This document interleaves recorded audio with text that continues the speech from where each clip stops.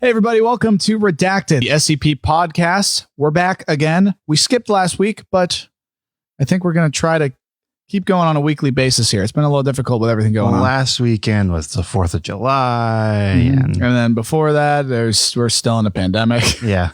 So, gotta be It's good to see you, though. Yeah. It's good to see faces. Now talk SCP. Right. Get Definitely. down to business. Definitely talk SCP. So this week is a pretty cool one. We're going to be talking about underrated SCPs. The ones that are really, really good and no one appreciates them. Right. And, before we get started, I just want to clear the air here. We're not saying that any SCPs are necessarily bad, but there's a lot that are very hyped. And they kind of cast a shadow over the ones that we really enjoy. So me and Kay talk about the same ones over and over and over again. Yeah. And another thing worth mentioning is that I don't know if necessarily we can say these are truly completely underrated SCPs. Couple because some of these you might be able to find big YouTube videos on or something like that, but they're certainly more interesting than we think they're given proper credit for. Mm-hmm. So how about you start? You want to tell me about one of your own? Sure. So we're going to start with maybe my favorite SCP of all time. Also, our animation this week. It's Bananazilla. Yeah. 2761. Go read it. But this is the last time we talk about Bananazilla. Because we just can't stop talking about Bananazilla. Until we do fruit-based SCPs or something like that. Yeah. Podcast episode 384. SCP that have to do with fruit. And then tomatoes. Yeah, that's right, because tomatoes are a fruit. Technically a fruit. They have seeds. Anyways, Tell me about Bananazilla. Bananazilla is our animation this week. It's a really, really well-written story, in my opinion. 2761. It's by Ozzy Ouroboros, who wrote Where the Dragons Went and Red Reality and a bunch of other. So this guy's all-star SCP writer. He's top. I don't know if he's top tier SCP writers because just he hasn't written enough of them or something. Well, I mean, I think like the top tier ones would be like Dr. Gears or something, that they wrote like so many and they're all over like the top 20. But is Dr. Gears more like Stephen King, where he just bangs these things out, but some of them are really most of them are really good. Yeah, but are some of them like, I've read all this. I mean, there might be. I'm sure. Tommy knockers. I'm sure. But anyways, back to Bananazilla. Yeah, right. Let's talk about the banana. So Bananazilla it started off as a genetically mutated fish experiment gone bad.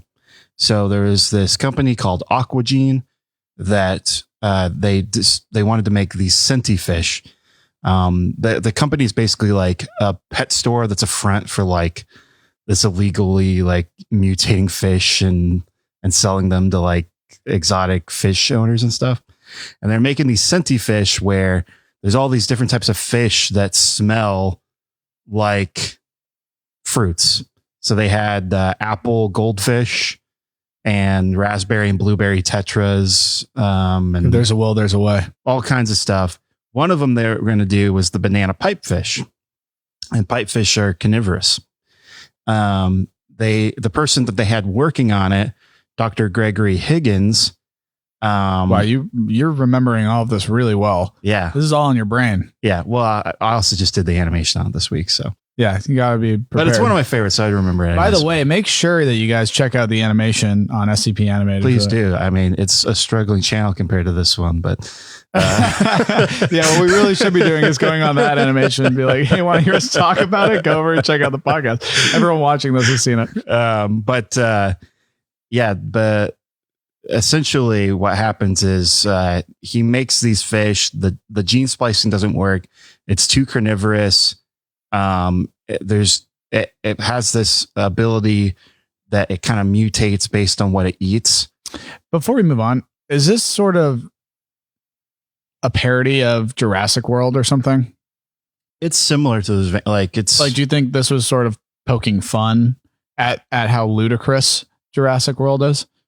I think it might have maybe, or it's more of an homage to. I think it might have been written before Jurassic World. I could be wrong. So Jurassic World stole this guy's story. Yeah, but I mean Jurassic Park, like it's still in that vein. I just meant like the mutating, like splicing whatever and creating a new monster. I actually don't know which one came first. I think they're very similar times. But anyway, maybe he wrote both. Maybe he's actually the writer of Jurassic World, double dipping into his own brain. He's like, why have come up with a new story? But banana pipefish, essentially, it whatever it eats, it mutates its body based on what it eats, and so it becomes more like that thing. They knew that they're like, okay, we can't sell this thing. Like it's too carnivorous. It mutates. Like it's a freak of nature. We got to like destroy scrap this experiment. The person that does all of the like getting rid of the experiment, like they get rid of all the bad fish splices. They were gone for the day. When they come back the next day, the fish are already gone. And so Dr. Watkins, who's like the lead on the project, goes to Dr. Higgins, is like, what'd you do with the banana pipefish? And he's like, oh yeah, I got rid of them. Like put them in the container, like, the way we're supposed to, whatever. But what he actually did is flush them down the toilet. Yep. Of course. So essentially these carnivorous pipefish went out into the water. Now this part reminds me of The Host. Is that what's called, The Host? Or is it? You're talking about the Korean film? Yeah. I haven't seen The Host, but is it called The Host? Am I thinking of the right film? There's a pretty good movie called The Host. The very opening scene, this guy's just like dumping toxic sludge down the drain. So essentially, we don't know this for sure, but the pipefish, once they're found, have human traits and alligator-like traits as well. So there's this sort of weird splice between bananas, pipefish, alligators, and humans. So the implication is that these pipefish got released into the Florida Everglades. They ate like baby alligators or alligator eggs or something. They started to develop alligator traits, and then they became this huge like alligator banana pipefish thing. And then they ate a human. Oh no. And so now there's these bipedal alligator pipefish banana monstrosities. The design's really cool. They should do like, we should do an episode just on Florida SCPs and have like the flamingos. Yeah. I'd love that. The tail is like the stem of the banana. Mm-hmm. And then its head is the, where you peel off, and it kind of does like in Jurassic Park, the one dinosaur that like flays out. Right. Yeah. Its peel kind of comes out like that. So it's like poisonous. It does. I forget the exact wording. It's an apex predator. It has become what is now at the top of the food chain. It's a total apex predator. Yeah. But it does have like it is, because of its mutations, it can basically excrete disease and infection. Great. So I remember reading in some of the discussion panels that like it essentially like poops out cancer. Oh, good. Like it's so genetically modified that it can pass through like infection and disease and stuff. So that's not a way that you could kill it. Oh, okay. Was my understanding. Is there an ending to Bananazilla, or is it still out there in the I almost said Everglades? It got contained. And the bayou. It got contained, but I think the idea is that there might be more than one of these things. Because he flushed down a whole group. It wasn't like one pipefish that he flushed down the toilet. It was a bunch of them. So, correct me if I'm wrong, comment section, but I'm pretty sure the idea is that they have one of these things. But but now we're pulling like a 90s Godzilla movie, right? There's eggs. Right. Or there's more of them, maybe. It's a really, obviously, like it's a very goofy premise. So I think that's why it's probably underrated. Mm-hmm. Because people want the scary ones. People want the ones that are like very on the nose. The thing that kills you. Right. Right. Yeah. But I appreciate the goofiness of it. And is there any line in there like victims show high levels of potassium in their bloodstream or something? That's super funny. No, nothing like that. But it's just, that's if it was like a JSCP. It's one of the best writers on the site. There's a whole interview sequence between the SCP field agent who's interviewing the two of the doctors at Aquagene that are behind the creation of it. But he's doing it under the guise of an EPA agent. So they don't know he's from the SCP. I think that's one of the most interesting things is like just seeing people go undercover in the SCP universe. Yeah. Like I'll talk about mine in a second. And I don't know if necessarily this person's undercover, but I just thought about it as like, anyone you run into like at the post office and there's even like a MTF for things sent in the mail type thing who go undercover, like working at the post office and stuff. There's like, and then the one I'm going to read, there's a therapist that ratted this guy out to the Foundation. So I'm assuming she has some association with. Right. So it's like the idea that they're among us, sort of like Men in Black type thing. Right. So, but if I had to point to a reason that it's underrated, I think it's just the silly factor of it. Yeah. I think there's a certain section of SCP fans that are like, no, like, I don't like JSCPs. I don't want you to have SCPs that are like funny and meta. Well, I think that's like part of the older demo. Yeah. To be honest, because when I was younger, I used to watch movies. When you go and watch horror movies, you want to see like the scary ones, and it's got to be all like, it has to be the most terrifying possible scenario. Right. And then you get older and you start appreciating things like Cabin in the Woods. Right. Or just sort of these satirical parody horror movies. I'm not talking about Scary Movie, but just movies that make a statement or are meta, like Scream, where it makes fun of horror movies. There's some on the SCP site that are very highbrow. Like they just require a lot of thinking for you to really like understand. Yeah. And I haven't written those. There are some I looked at where there's obviously SCPs that are targeted towards all sorts of different walks of life. Mm-hmm. Mathematical SCPs, like things where it's like, I could never understand it because it's about an algorithm or something that's literally beyond my understanding. So those aren't targeted to me though. Those are targeted to other geeks. I don't know. People, nerds. They're targeted towards people who have a draw to that sort of thing. The ones I really like, I'm about to get into. Go for it. Yeah. Probably the first one I want to talk about. The reason I'm bringing it up, and it's not completely underrated, but I think it is pretty underrated. It's Cragglewood Park, SCP-2571. You know how many upvotes it has? Because that's a good way to tell. Actually, yeah, let me check. But we'll talk about Cragglewood Park. Because the really top ones have thousands of upvotes. I think maybe even tens of thousands. I don't know. I haven't looked at it in a minute. But Bananazilla's at like 200 or something like that. It's in the low hundreds. This one's a 424.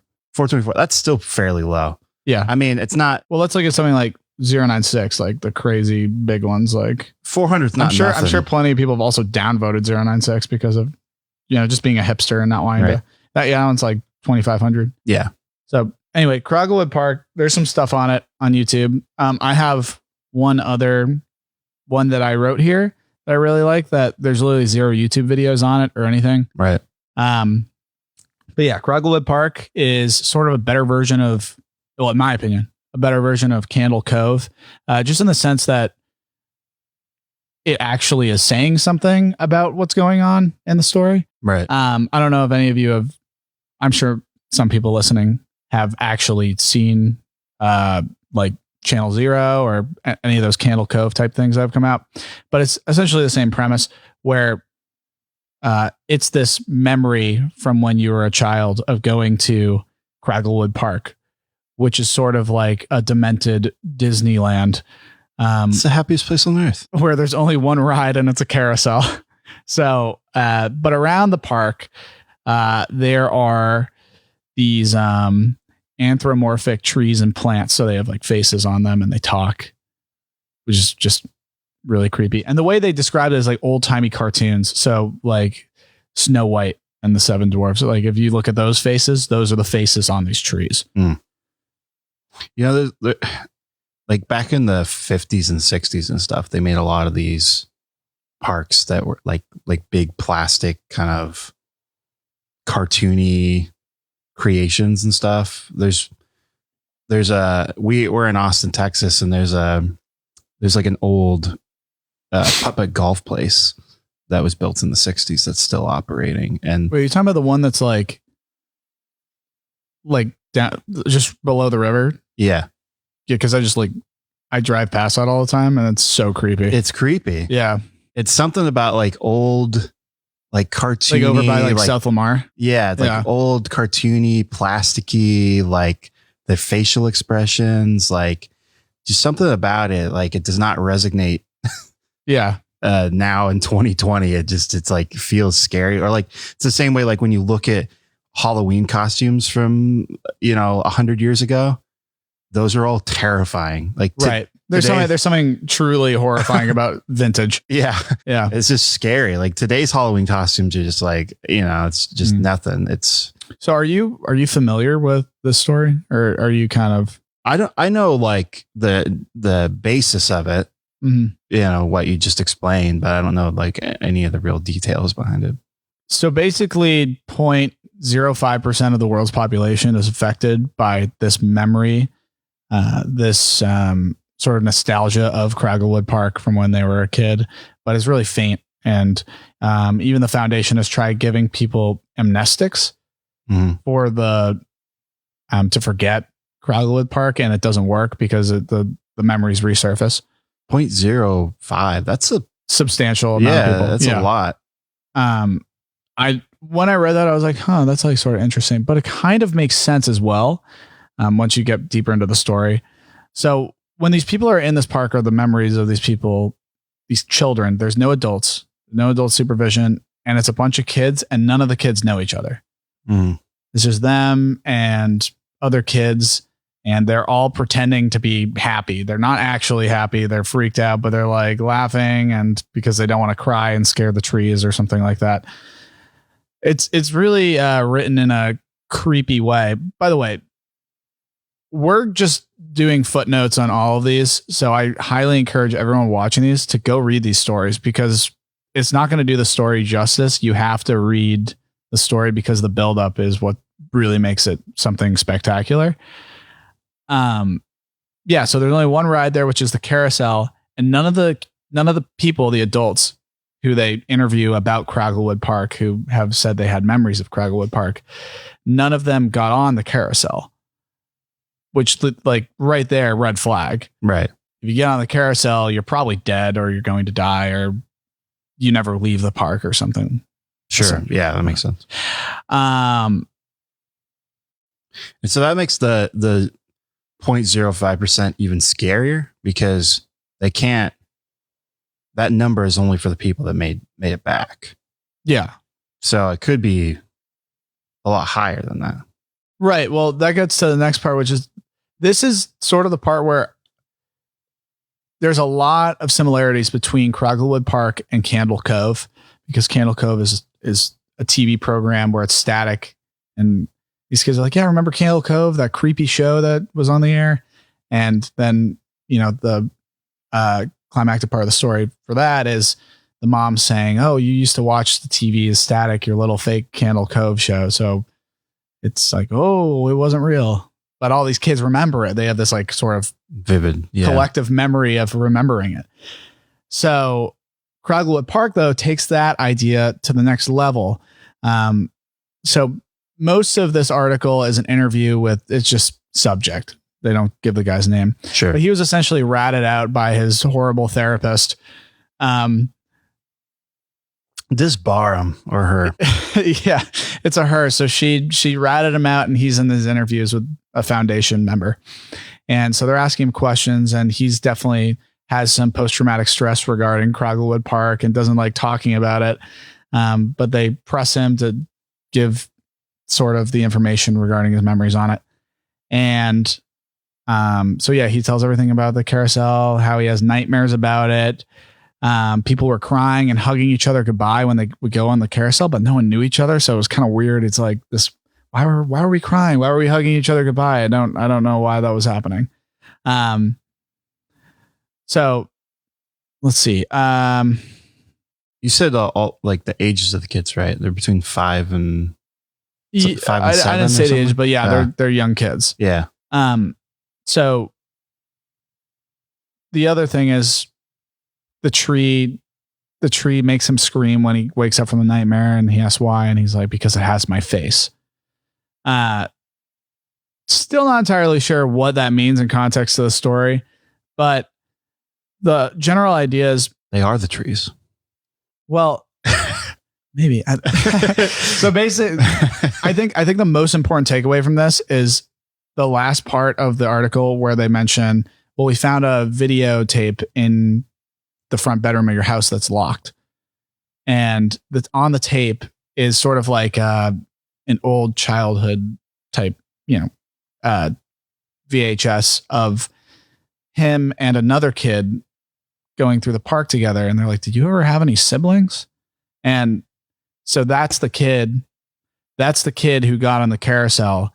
And so the entire idea behind this is that maybe you had a brother or a sister and they got on the carousel. You don't have a brother and sister anymore. Right. Or maybe they were never born. Maybe they were supposed to be born, but they weren't because they got on the carousel. Or what I think would be even creepier is if we had some sort of, I don't know, it erased the memory of them, right? Where it's like these are 5 or 6 year olds and they went to Cragglewood Park and one of them got on the carousel, never to be seen again. And just their entire existence is wiped from the board. Right.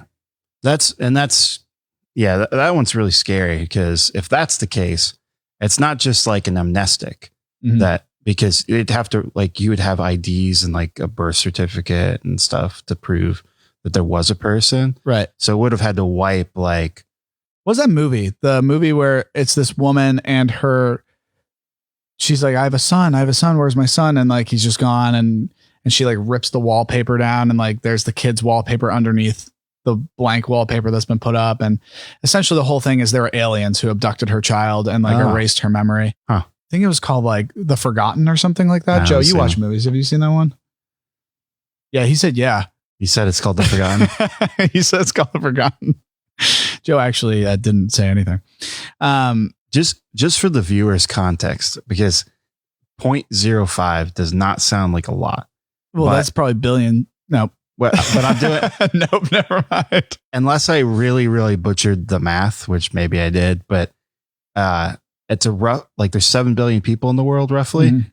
That's about 350 million people. So that's like, so they could have. So what I would think is, that's the United States. Like that's how many people live in the US. There was the first option, which is they went to Cragglewood Park or something happened, Cragglewood Park, where their brother or sister disappeared and was erased from everything, from existence. Or this is pre-birth. Right. This is sort of the pre-birth before they come into the world. And it's like sort of a, I don't know. Or like an alternate reality or something. Yeah, that too. There's so many options. And I think that's one of my favorite parts about this is it tells you something, it gets your head tingling and you're like, wow, this is really cool. But it doesn't tell you everything. It leaves a lot of room for imagination, which is for me, telltale of a good story. Well, Cragglewood Park is a lot like the one I'm going to talk about next, which is Slow Burn Sloth, SCP-2774. And that one I think is one of the scarier ones on the site. And again, it's not one that's like, some people might be rolling their eyes calling it underrated because you can find videos about it and whatnot, but it's not talked about in the same league as, the 049s and the 682s and like the really, really popular ones. And I think this seems like another Bananazilla type where it's goofy. No, it's really scary. Okay. I think so. I guess the goofy part of it is the sloth aspect, but it's not an actual sloth. most people describe it as it looks like a man in like a sloth costume. So it's a Larry the Loving Llama type. Not really. So because it's actually scary. The idea of slow burn sloth is that any media other than the internet, it so far has not been on the internet yet. Because everyone would die. Let's hope slow burn sloth does not get on the internet. That'd be very bad. Mm-hmm. But like TV, magazines, newspapers, like any print media or digital media other than the internet, for whatever reason, that has not been able to get on the internet yet. Slow burn sloth will appear normally in the background of images. And so like when it's just like it could be a family photo and it's there. And then it's just there in the back. See, that's creepy. Yeah. That's not how you usually see it illustrated. You could be walking down the street and it's just there. But the real kind of scary part about the slow burn sloth is when you see it, roughly about 40% of the people that see it essentially get entranced by it. And if anyone's ever seen Get Out, it sounds very similar to the state when you go under and get out. So when you become entranced by the sloth, you kind of lose your consciousness. You become just a machine. Right. So if there's several interviews and they all describe it, every day there's a period and it happens randomly, but every day there's 150 seconds where you snap back and you're back in control. And so they do these interviews in 150 seconds with these people that they have in containment, and then they go back under. But they describe it as like being in the passenger seat of a moving car, but you're all locked down. You can't move and you can't make any directions. And but you still go to work and function normal. You're functioning normally, and no one really realizes you. You know, your personality might change a little bit. You might be kind of bland. You might be a little like, no, they're just depressed or something. Yeah, but not so much that people don't even know you, but you're not in control. Mm-hmm. The sloth is controlling everything. And so 150 seconds, I just end it all. End it all. Well, I'm pretty sure the SCP puts in procedures to prevent that, because I'm sure they probably have that in consideration. I'm interested. I don't think I've actually ever read the article. I knew what it was, but I never read it. So I'll have to check it out. So it's a low, 40% it's a big percentage, but it's not like other SCPs where it's like 100%. If you see it, you're getting infected. Some people might look at a TV and be like, what is this sloth doing? It's sort of like, shake their head and then it's gone again. Mm-hmm. Which is kind of, it's just it's a little bit like Mallow in that way, where like things that are just there in places. Mallow we'll be talking about a different something rated SCP. Yeah. Things that just are in places that they're not supposed to be are creepy. It's like in Poltergeist, when the chairs are just like up on the table and, random, stuff like that. So, like the aspect of him just appearing in media, like family photos, and just if you're watching a sitcom and then there's slow burn sloth in the background, you're like, what? And then getting entranced. And I think that's a really creepy element to it, because I was over here thinking people would just be watching TV and then all of a sudden the sloth would show up and they're like, duh, and they're like, oh, I get it. Sloths are slow. You're now slowed down and you can't move until you die. That's what I assumed without even reading that this story was. So I'm really glad that you brought it up, because this sounds a lot cooler than I don't know. I guess maybe I just guessed what it was. I think the only way they found to cure it is with SCP-500, the red pills. Man, how many of those do they have? It's 47, I think. Yeah, so they aren't getting those. Save those for the 05. But I don't know if that's like something that, I think the outside says 47, but I don't know if it's something where like, they pop a pill and then they close it and they reopen it and there's 47 again or what.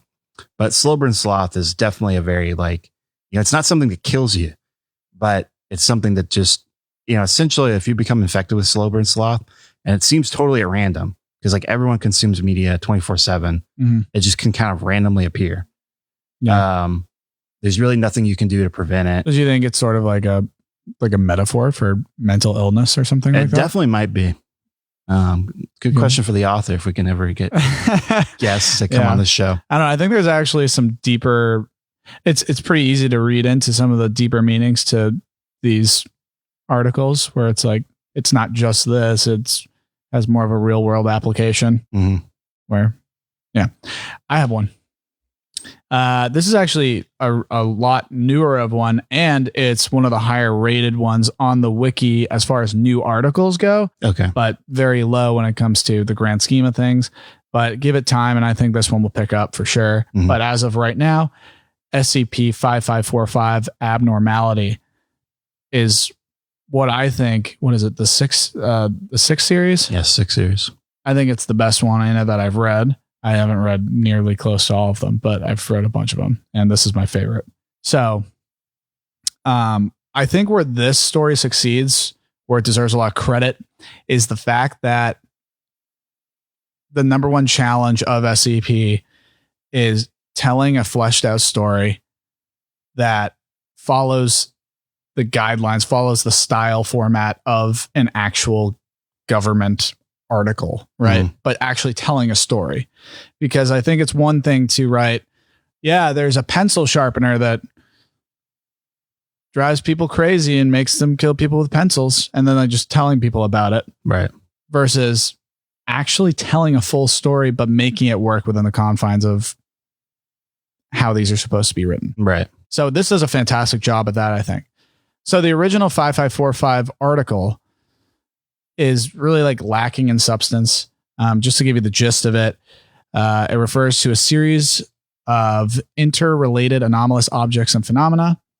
55451 is a series of hallways in Site 3441, which is in Antarctica. Antarctica's scary. Yeah. So this really, first of all, hit me with The Thing vibes. Right. Which is, that's dope. Love it. Like that's classic horror. Something about the loneliness out in the Arctic is really something that can creep you out. Plus John Carpenter's the man. Yeah. It's funny. I was about to say that exact sentence. John Carpenter is the man. Yeah, he is. Just the fact that we were going to say the exact. He's, fun fact about John Carpenter. A lot of people know this, but maybe like the very casual people don't. Not only a great director, he writes SCPs. He writes SCP. He's on the website. No, he is a great composer. So he wrote the Halloween theme. Because he should be called John Composer. I haven't heard he's Does he build houses too? Yeah, he's really a one-man band, like movie maker. Wait, he wrote the theme to Halloween? Yeah, I think he did all of the soundtrack. And he's done multiple movie soundtracks. Okay, that is actually pretty interesting. He's just a really talented musician, really talented film director. He's just where he was. He's in a K-pop band. he's in BTS. He's dead. I got to get back to 5545. So yeah, 55451, a series of hallways in the site itself. They extend indefinitely, and it's believed that it intersects an interdimensional space. Okay. You following me? Between dimensions. Yeah. Yeah, sure. Something like that.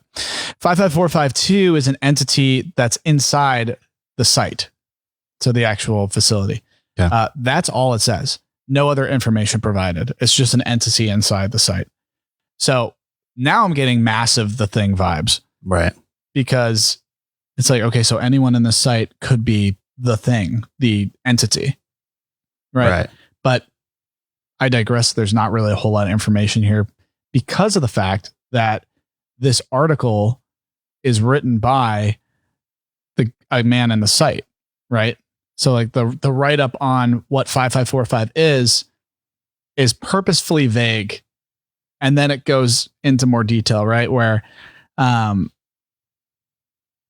story, it just shifts into someone who is a site director. Okay.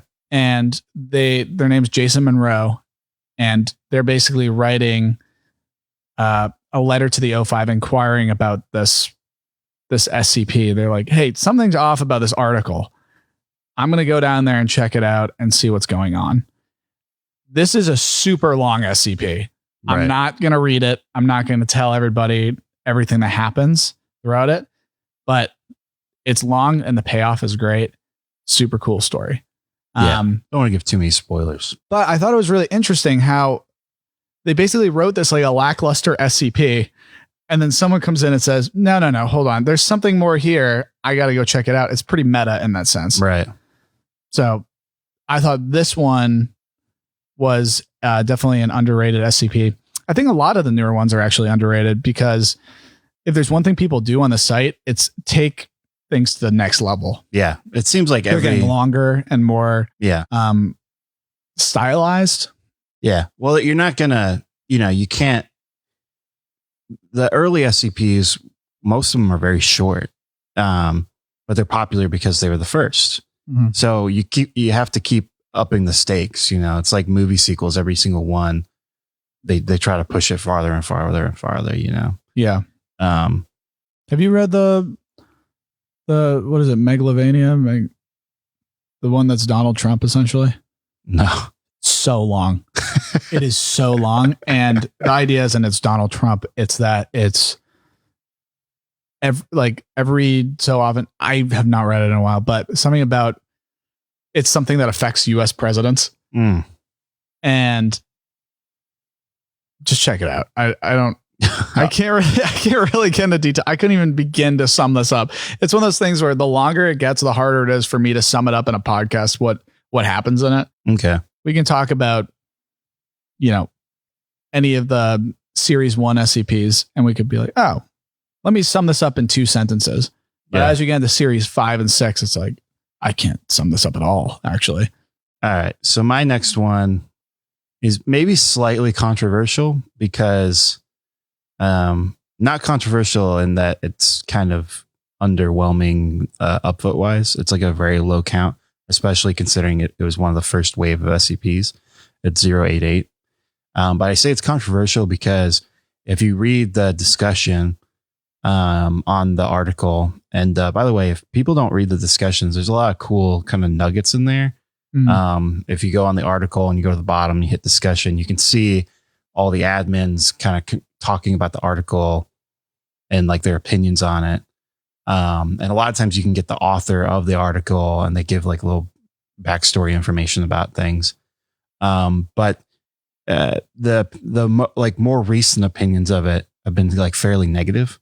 Like people that are becoming admins and then looking back at the earlier stuff, they're kind of like, it's not very well written. Could have been explained better, yada, yada.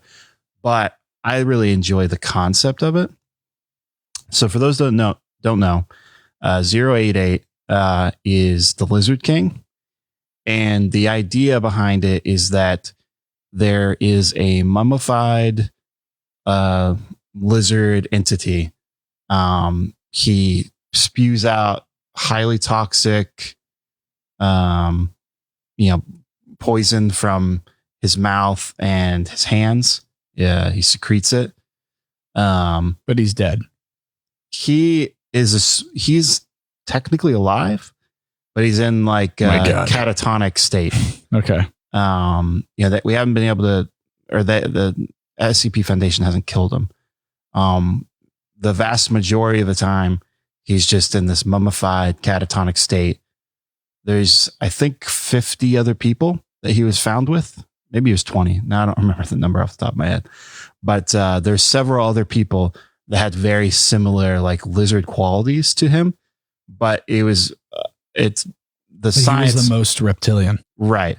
And the science on those other people found out that they are at one point human.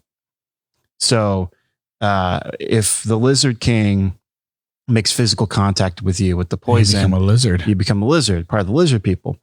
Now all this is like globalist propaganda.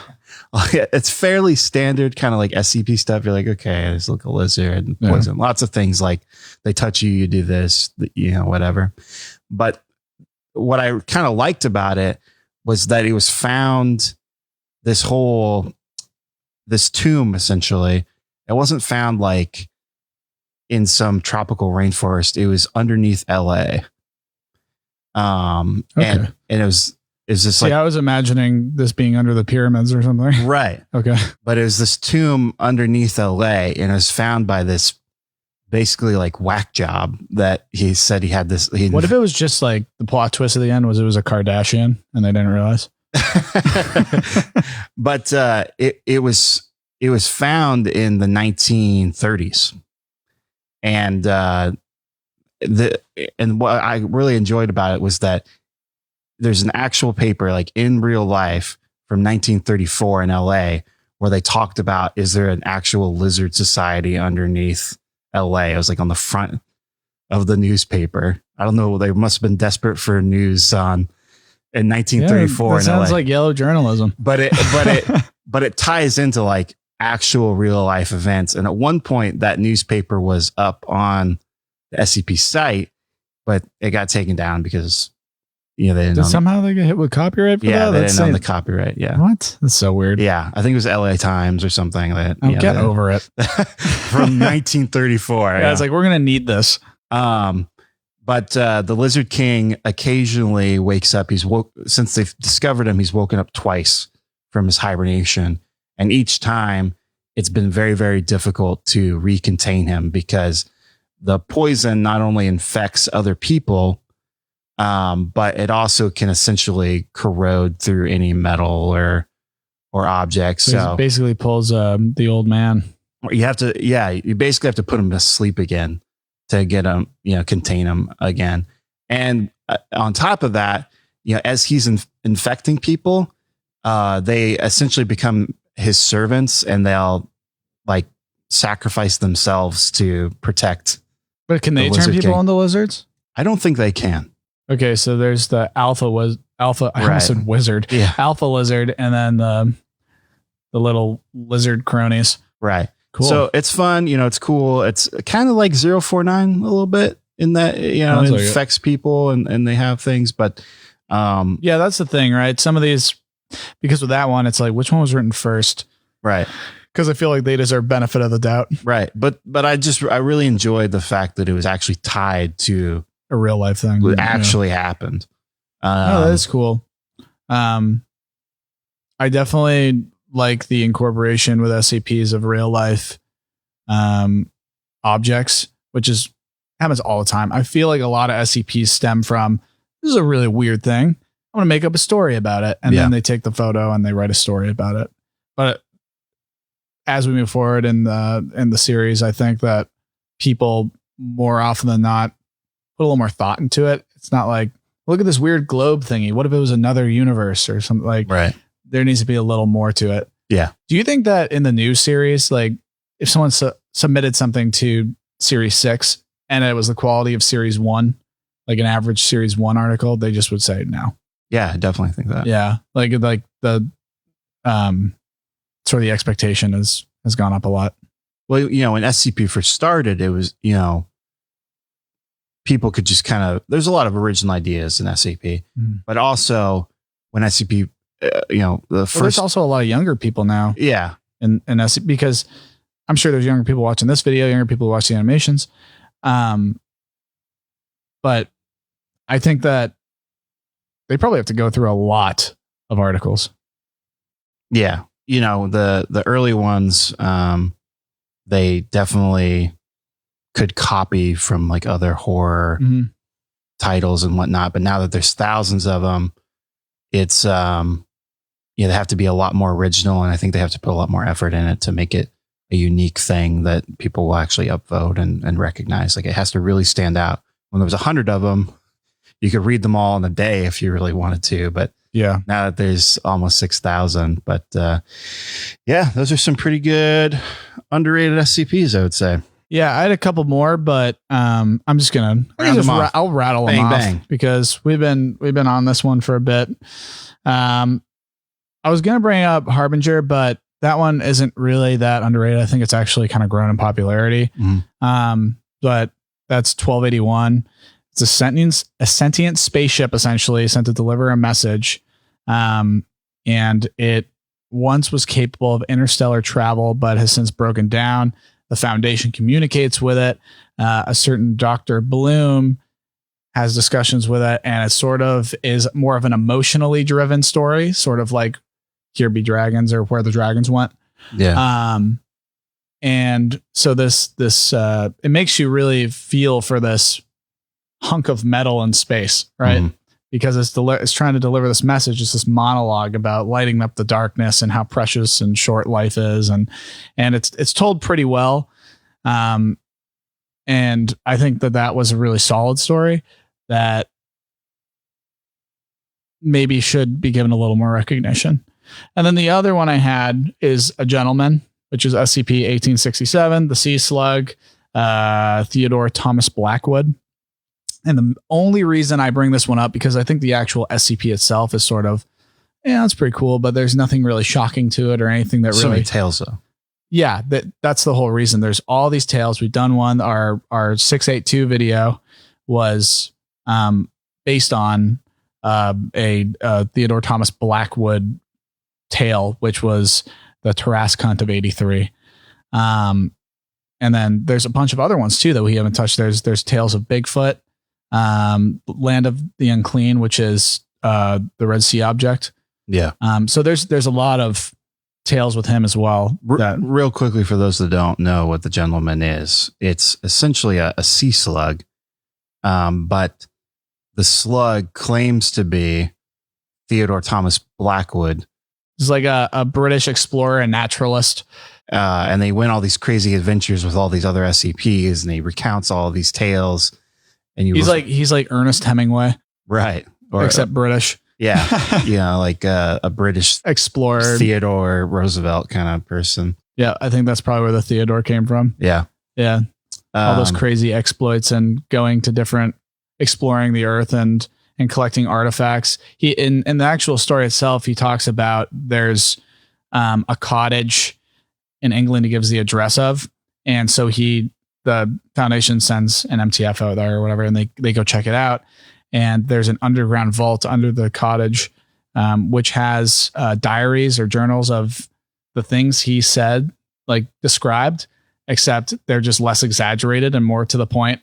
So the slug exaggerates his stories a bit. Mm-hmm. But there's also all these artifacts, plants, insects, lizards, dinosaur fossils, prehistoric mammals, firearms, opium. There's all sorts of stuff. Of course, there's opium. Yeah, of course. What British explorer and naturalist from the 1800s didn't do opium? And then my last underrated one, again, it's not that it hasn't gotten recognition. It definitely has. Like, it has a decent amount of upvotes. It actually has a pretty high amount of upvotes. But I don't think it gets compared in the same class of some of the top tier popular SCPs, and I think it's right up there. And it was one of the first waves. So 015 Pipe Nightmare. I just think it's a very unique SCP. It's essentially this gigantic collection of pipes that are in a warehouse, and the pipes, if they're not under constant supervision, so it's very similar to the statue in that if it's not like being seen, the pipes will try to continue to grow and expand and to connect to other pipe systems. So the SCP Foundation has to keep it under constant surveillance, so it's not just connecting to every pipe, like all these other cities and infecting cities and whatnot. Oh, but all the pipes are made from non-standard materials. So it's not like copper and lead pipes. It's bone, ash, human flesh, wood, like all these very strange sort of structures. And they can sort of move, and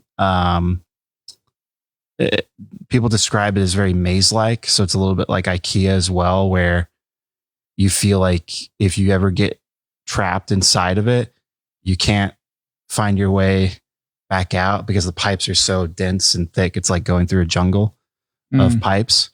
So far, it's killed 11 people because if you attack it, This is the only time it moves when it's under supervision. But if you like try to take a power tool to it, or even if you just show like general aggression towards the pipes, it'll attack you. So, and then you get Phineas gauged. Yeah. So either like the pipes will go through you, or like a valve will release and like spew something at you. So a lot of horrific ways to die, but there's been 11 so far confirmed that are dead, but then there's been 20 that have never been found. And the people that study the site, or view the site constantly, they always report hearing banging and screams from inside. So I think the idea is that people are surviving in there, but they're just going to be lost forever, like IKEA. So well, it's cool. Except you're in a pipe maze instead of an IKEA where they have furniture. Right. But those are my underrated SCPs. Yeah, I think most of these are some pretty severely underrated ones, but also, you know, obviously we had to talk about some that are sort of in the middle of the road. Just slightly underrated. They could use a little bit of a boost in the ratings. Yeah. But yeah, so these are pretty underrated. Next episode's going to be a good one too. Make sure you tune in next week. Yeah. So thanks for watching, guys. Make sure you subscribe, like the video, leave a comment telling us what you want us to discuss in the next video, and just say ding dong if you made it all the way through to here. Ding dong. You know, in the first video, was it the first episode where I said say ding dong if you made this far? I forgot I said that, and I saw all these comments saying ding dong, and I was like, is this some joke in the SCP community that I'm unaware of? And I forgot I literally said that. Ding dong, guys. We'll catch you next time. See ya.